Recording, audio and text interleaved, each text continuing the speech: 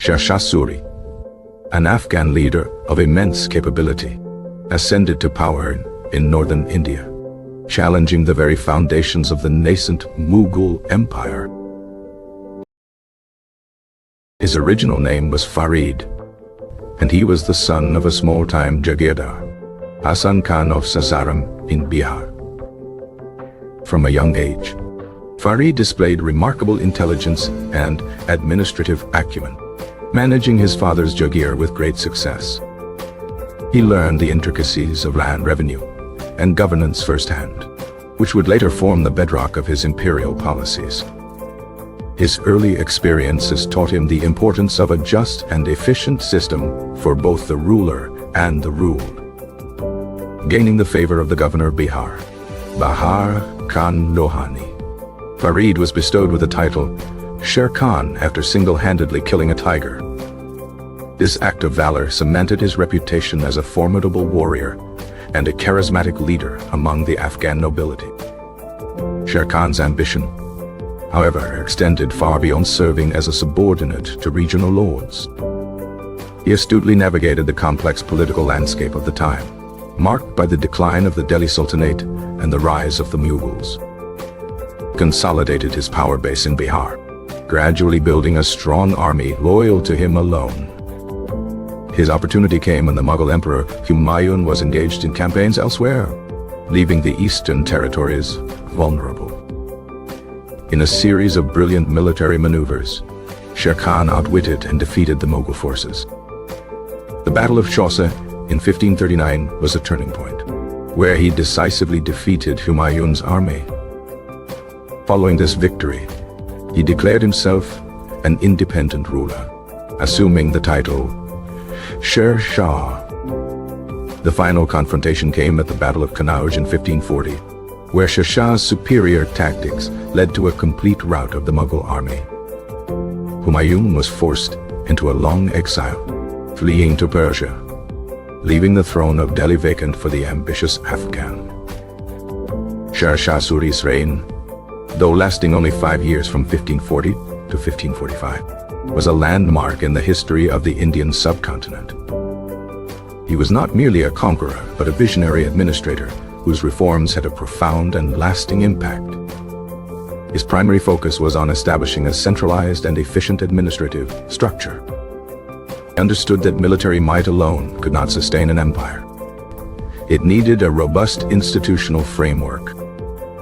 The entire empire was systematically divided into provinces, known as sarkars. Each sarkar was further subdivided into smaller administrative units called parganas. This hierarchical structure ensured effective governance and streamlined the chain of command from the center to the localities. He appointed key officials in each unit to oversee various functions. The Shikdaran was responsible for maintaining law and order at the sarkar level. The Munsifan supervised revenue collection and administered civil justice in the same jurisdiction. Within each pargana, a Shikdar, military officer, an Amin, land revenue officer, Otadar, treasurer, and 2 Karkuns, accountants, were appointed. This clear demarcation of duties prevented the concentration of power in a single individual and reduced corruption.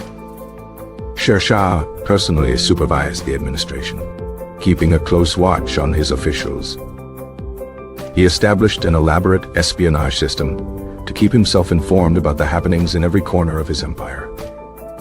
This network of spies ensured that officials remained honest and diligent in their duties. Justice was a cornerstone of his rule, administered with strict impartiality. He famously declared that justice was the most excellent of religious rights. Courts were established at various levels, with the emperor himself being the highest court of appeal. He would hear petitions and dispense justice in his court, accessible to all his subjects. No one, not even his own relatives or high-ranking nobles, was exempt from the law. His commitment to equity and fairness earned him the respect and loyalty of his people. Perhaps Sher Shah's most celebrated achievement was his reform of the land revenue system. He introduced a systematic method for the assessment and collection of land revenue. All cultivable land was meticulously measured using a standardized unit called the secondary guy. The land was then classified into 3 categories: good, middling, and bad, based on its fertility. The average produce of these 3 categories was calculated to determine the state's share. The state's demand was fixed at 1/3 of the average produce, a fair and predictable rate. This revenue could be paid in either cash or kind, providing flexibility to the peasants.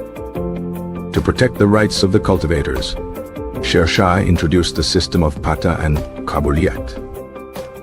Pata was a title deed given to each peasant, clearly stating the area of the land, its classification, and the revenue to be paid. The kabuliyat was a deed of agreement, in which the peasant consented to pay the stipulated revenue. This system provided security of tenure to the farmers and protected them from the arbitrary exactions of officials. He was strict during revenue collection but instructed his officers to be lenient during the assessment. In times of natural calamities like drought or flood, loans were advanced to the farmers. Revenue was also remitted if crops were damaged due to the movement of the army. These measures fostered agricultural prosperity and contributed to the economic stability of the empire. Sher Shah also revolutionized the currency and trade of his empire. Introduced a standardized silver coin called the rupiah, which weighed 178 grains. This coin was the precursor to the modern Indian rupee and remained a standard of currency for centuries. He also issued gold coins called mohurs and copper coins called dams. The metal content and weight of these coins were standardized to ensure uniformity and reliability. This trimetallic currency system facilitated trade and commerce throughout the empire. To further boost trade, he abolished numerous customs duties that had been hindering the flow of goods. He decreed that taxes would be collected only at 2 points: at the point of entry into the empire and at the point of sale. This simplification of the tax structure was a major relief for merchants and traders. The result was a flourishing of internal and external trade, enriching the state treasury. Infrastructure development was another key area of Sher Shah's focus. He understood the importance of communication and transportation for administrative and military efficiency, as well as for trade. His most famous project was the renovation and extension of the ancient Grand Trunk Road. This great highway stretched for over 1,500 koas, about 3,000 miles, from Sonargaon in Bengal to the Indus River. He also built other major roads connecting important cities like Agra, Jodhpur, and Chittor. These arteries of the empire were crucial for the swift movement of troops and goods. Along these roads, Sher Shah constructed a network of sarais or rest houses at intervals of every 2 kos.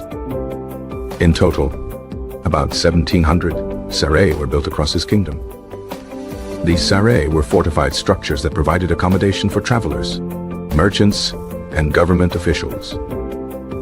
Separate quarters were provided for Hindus and Muslims, and arrangements were made for food and water. Each sarai had a well and a mosque, and was managed by a dedicated staff.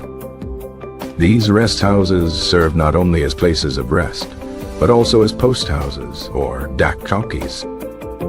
A relay of horsemen was stationed at each sarai to carry the royal mail. This system enabled rapid communication between the capital and the provinces, a vital tool for governance.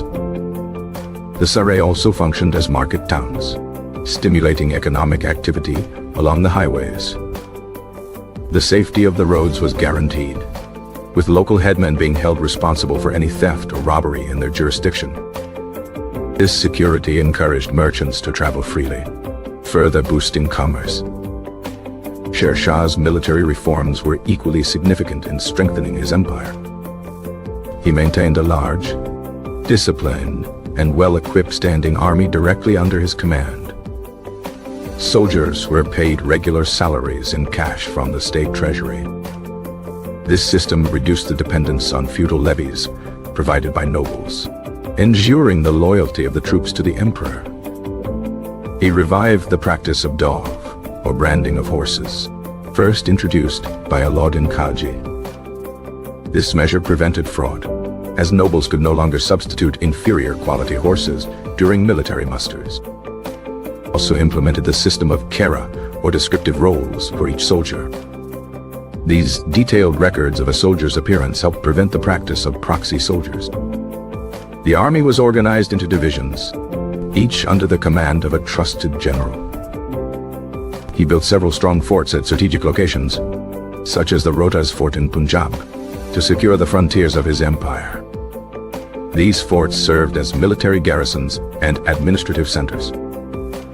Discipline was strictly enforced in the army, and soldiers were expected to treat civilians with respect. Sher Shah was also a patron of architecture, although his reign was too short for grand projects. He built a new city on the banks of the Yamuna River, near Delhi. He also commissioned the Purana Chila, Old Fort in Delhi, a magnificent example of Afghan architecture. His own mausoleum at Sasaram in Bihar is a masterpiece of Indo-Islamic architecture. It is an imposing structure built in the middle of an artificial lake, reflecting his powerful personality.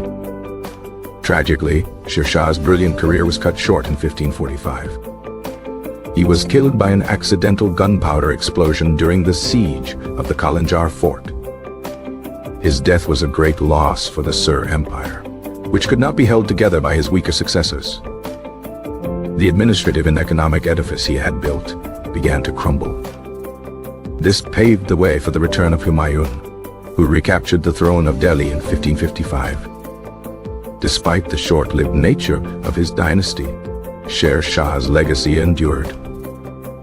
Many of his administrative innovations were adopted and refined by the Mughal Emperor Akbar. Akbar's own land revenue system, known as the Zabt system, was largely based on Sher Shah's model. The currency system established by Sher Shah also continued under the Mughals and even influenced the British. His emphasis on justice, infrastructure, and efficient governance set a new standard for rulers in India. He proved that he was not just a military genius, but also a gifted administrator and a wise statesman. Sher Shah Suri rose from a humble background to challenge the mighty Mughals and establish a powerful empire. His reign represents a brief but brilliant interlude in the history of Mughal India. He is remembered as one of the greatest rulers of medieval India, an emperor who truly worked for the welfare of his people. His reforms laid the groundwork for the future consolidation of the Mughal Empire under Akbar. Even his adversary, Humayun, is said to have referred to him as Ustad-i-Badshahan, or teacher of kings. This tribute from his rival is perhaps the most fitting epitaph for the great Sher Shah Suri. His vision for a well-administered, prosperous, and just empire left an indelible mark on the subcontinent. The roads he built connected people and markets, fostering a sense of unity. The coins he minted standardized the economy, making transactions smoother. The justice he dispensed gave confidence to the common man. His land reforms provided security to the farmers, the backbone of the economy. He created a system where merit was valued, allowing talent to rise. His military organization was a model of efficiency and discipline. The forts he constructed stood as sentinels guarding his empire. His architectural contributions blended strength with elegance. The sarai he established became hubs of activity and information. His postal system was the nervous system of his vast administration. He paid meticulous attention to every detail of governance. His work ethic was relentless, dedicating himself to the state's affairs. He believed a ruler's duty was to protect and serve his subjects. His policies were designed for the long-term stability of the state. He successfully curbed the power of rebellious chieftains and zamindars. His administration was a fine balance of central authority and local autonomy. He promoted a culture of accountability among his officials. His revenue policies were designed to maximize state income without oppressing the peasantry. He understood the psychology of his people and ruled with a firm but fair hand. His legacy is not just in the monuments he built, but in the institutions he created. He demonstrated that effective governance is the true foundation of a lasting empire. Sher Shah's life is a testament to what a single individual's vision and determination can achieve. From the son of a minor noble, he became the emperor of Hindustan. He challenged and defeated one of the great imperial powers of the time. His administrative blueprint was so effective that it was emulated by his successors. The Suri dynasty may have been short, but its impact was long-lasting. It brought peace and order to a region long plagued by instability. His reign saw a remarkable improvement in law and order. Trade and agriculture flourished under his watchful eye. The common people enjoyed a period of unprecedented peace and prosperity. He was a devout Muslim, but was tolerant of other faiths. He employed Hindus in important positions within his administration. His policies were inclusive, aimed at the welfare of all his subjects. Sher Shah's story is one of ambition, struggle, and remarkable success. He remains an inspiring figure in the annals of Indian history. His reforms were a bridge between the administrative traditions of the Delhi Sultanate and the Mughal Empire. He was a true pioneer, an innovator in the art of statecraft. His brief reign was a masterclass in effective governance. The emperor who challenged the Mughals also taught them how to rule. His name is forever etched in the history of India as a just and visionary king. The systems he put in place continued to shape the destiny of the subcontinent for generations. Sher Shah Suri was, without a doubt, a monarch far ahead of his time.